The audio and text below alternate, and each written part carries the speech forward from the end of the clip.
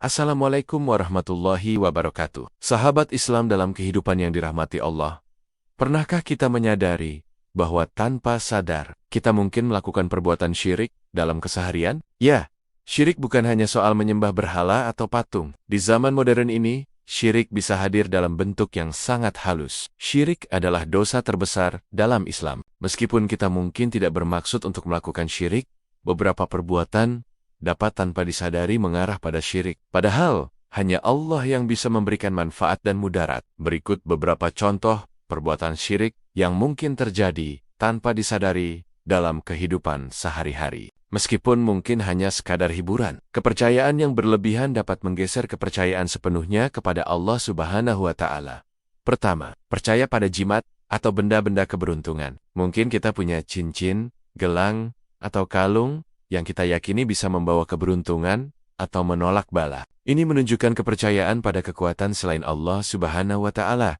Ini termasuk meminta pertolongan kepada selain Allah Subhanahu wa Ta'ala, menggantungkan harapan pada selain Allah Subhanahu wa Ta'ala, bergantung pada ramalan, percaya pada ramalan zodiak, dukun, atau paranormal untuk menentukan masa depan.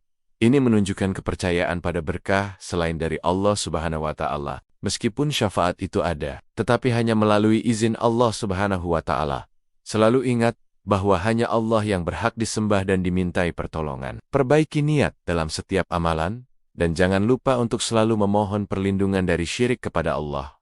Misalnya, melakukan persembahan kepada roh leluhur atau makhluk gaib lainnya. Ini menunjukkan pengagungan terhadap harta melebihi Allah Subhanahu wa Ta'ala. Bergantung pada jimat atau benda pusaka, mempercayai kekuatan gaib pada jimat, benda pusaka, atau benda-benda tertentu untuk mendatangkan keberuntungan atau menolak bahaya. Ini menunjukkan pengagungan terhadap pujian manusia melebihi ridho Allah Subhanahu wa Ta'ala. Bergantung pada ritual tertentu selain ibadah, melakukan ritual tertentu di luar ajaran Islam dengan harapan mendapatkan keberuntungan atau keselamatan. Kedua, mengagungkan sesuatu melebihi Allah Subhanahu wa Ta'ala, mencintai harta benda melebihi Allah Subhanahu wa Ta'ala, menjadikan harta benda sebagai prioritas utama dalam hidup, dan melupakan ibadah kepada Allah Subhanahu wa Ta'ala. Mengejar popularitas dan pujian, mencari popularitas dan pujian manusia secara berlebihan, dan mengabaikan ridho Allah Subhanahu wa Ta'ala. Mengutamakan jabatan dan kekuasaan, menjadikan jabatan dan kekuasaan sebagai tujuan utama dalam hidup, dan melupakan ibadah kepada Allah SWT.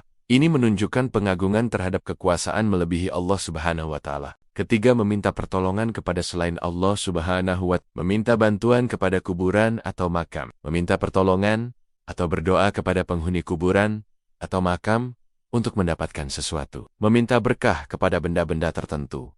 Meminta berkah kepada benda-benda tertentu yang dianggap keramat, seperti pohon besar atau batu. Keempat, menganggap sesuatu sebagai perantara antara diri dan Allah Subhanahu wa Ta'ala. Percaya pada syafaat. Selain Nabi Muhammad SAW, mempercayai syafaat orang-orang saleh selain Nabi Muhammad SAW secara berlebihan. Berdoa kepada wali atau orang suci.